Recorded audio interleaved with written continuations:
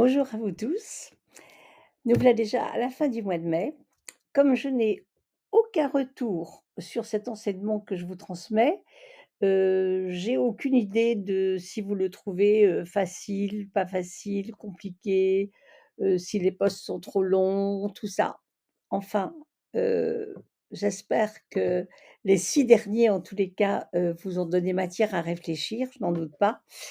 Et on va passer le mois la prochaine fois, à la loi, d'évolution qu'on appelle, plus simplement la loi des renaissances, c'est-à-dire des réincarnations. Mais avant ça, j'avais envie de vous distraire un petit peu. Je vous ai dit, dans un des topos que je vous ai fait là récemment, que j'avais vécu moi-même une mort imminente. Et voilà, j'ai pensé que ça vous amuserait et que ça vous ferait aussi réfléchir, d'en avoir quelques détails.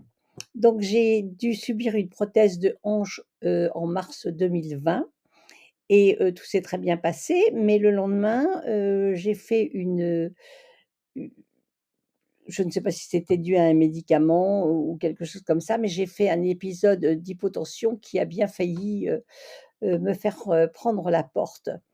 Et donc je suis sortie de mon corps et j'étais là, au-dessus des médecins qui s'affolaient et autour de la table de réanimation et qui disaient: «On va la perdre, on va la perdre», ce qui m'amusait plutôt, ce qui me réjouissait parce que j'étais toute prête à prendre la porte de sortie qui était finalement offerte.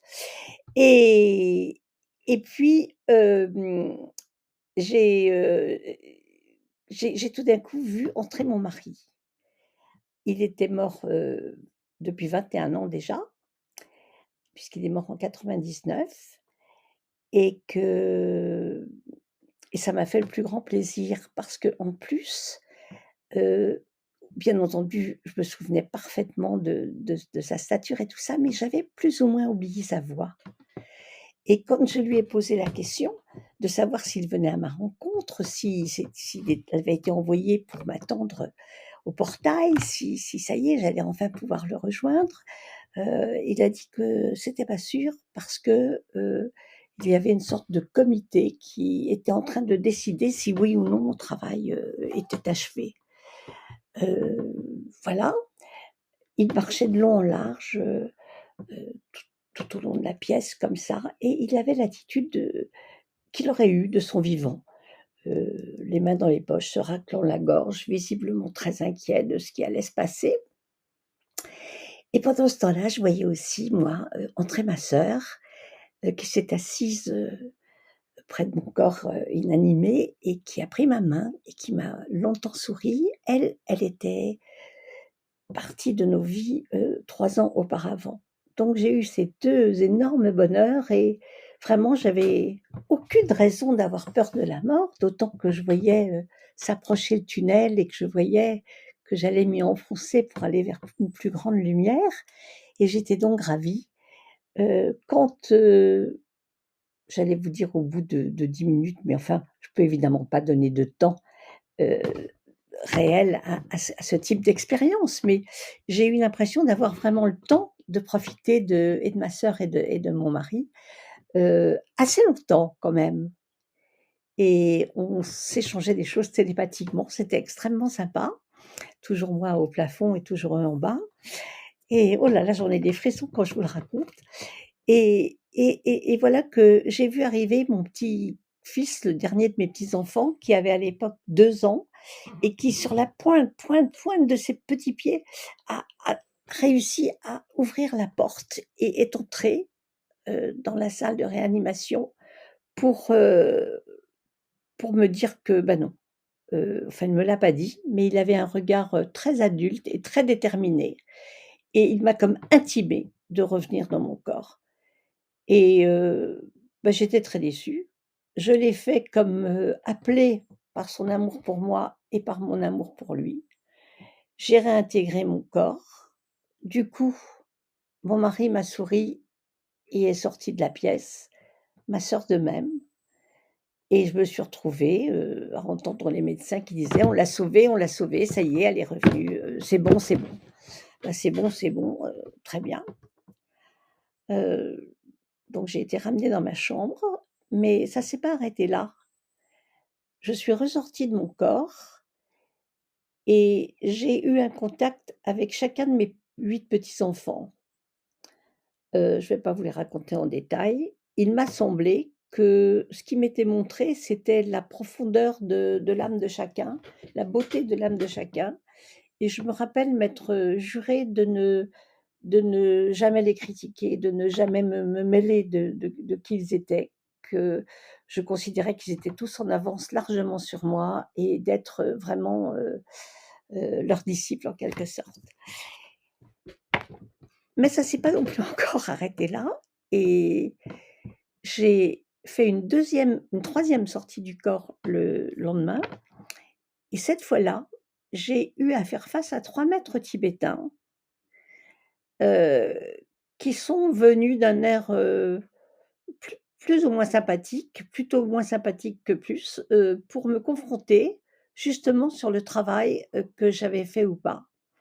Ils m'ont d'abord demandé, ce que j'avais fait de la promesse, faite à un de mes amis, qui est illustrateur et qui avait fait de très, très beaux dessins sur, les maîtres, de la sagesse, et à l'époque, en effet, je l'avais rencontré, en Inde, et je lui avais dit que j'aimerais bien, ajouter un texte à ses dessins, et sur chacun des maîtres qu'il avait dessinés, et puis je l'ai jamais fait. J'ai pas eu le temps. Il m'a confié ses dessins, je les ai gardés des années et je n'en ai rien fait. Et la deuxième question était encore plus réaliste parce qu'ils m'ont dit que j'avais fait tout un foin de mon histoire d'amour, que j'avais vraiment, prétendu que j'étais, très, très, férue sur, l'amour conjugal et compagnie, mais qu'est-ce que j'en avais fait pour le reste de l'humanité? Alors eux, ils me demandaient si je pouvais écrire un livre sur qu'est-ce que serait un couple qui s'aiderait à progresser au lieu de se battre pour le pouvoir.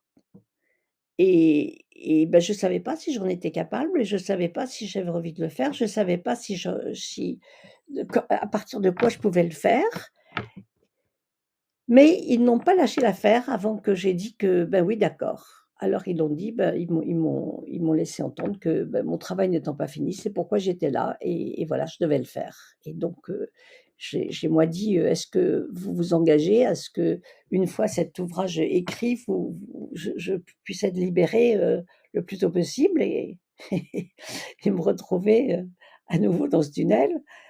Le plus vite serait le mieux». Ils ont eu l'air de lever les yeux au ciel et m'ont même pas répondu. Bon, j'ai toujours pas, écrit ce livre parce que, bah, finalement, je trouve qu'il m'a été, entre guillemets, comme «extorqué» dans un état de conscience, tout à fait différent.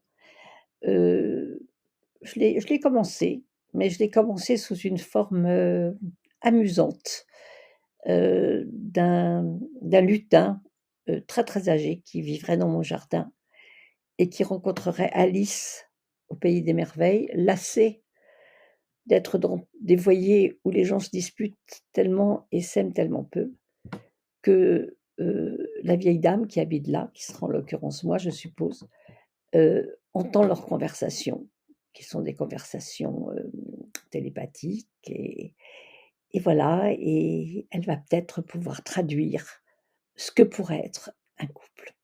Donc j'espère que tout ça vous amuse et que je vous ennuie pas avec tous ces cours que je vous donne, que moi je trouve très précieux, que j'ai énormément, comme je vous le dis à chaque fois, énormément, énormément de joie à mettre en forme pour vous, et je vous souhaite, un joli mois de juin. On s'en va vers l'été. Ici en Irlande, on l'a eu, début mai, et il a l'air d'être déjà parti, mais l'amour lui, bouge jamais. Love you.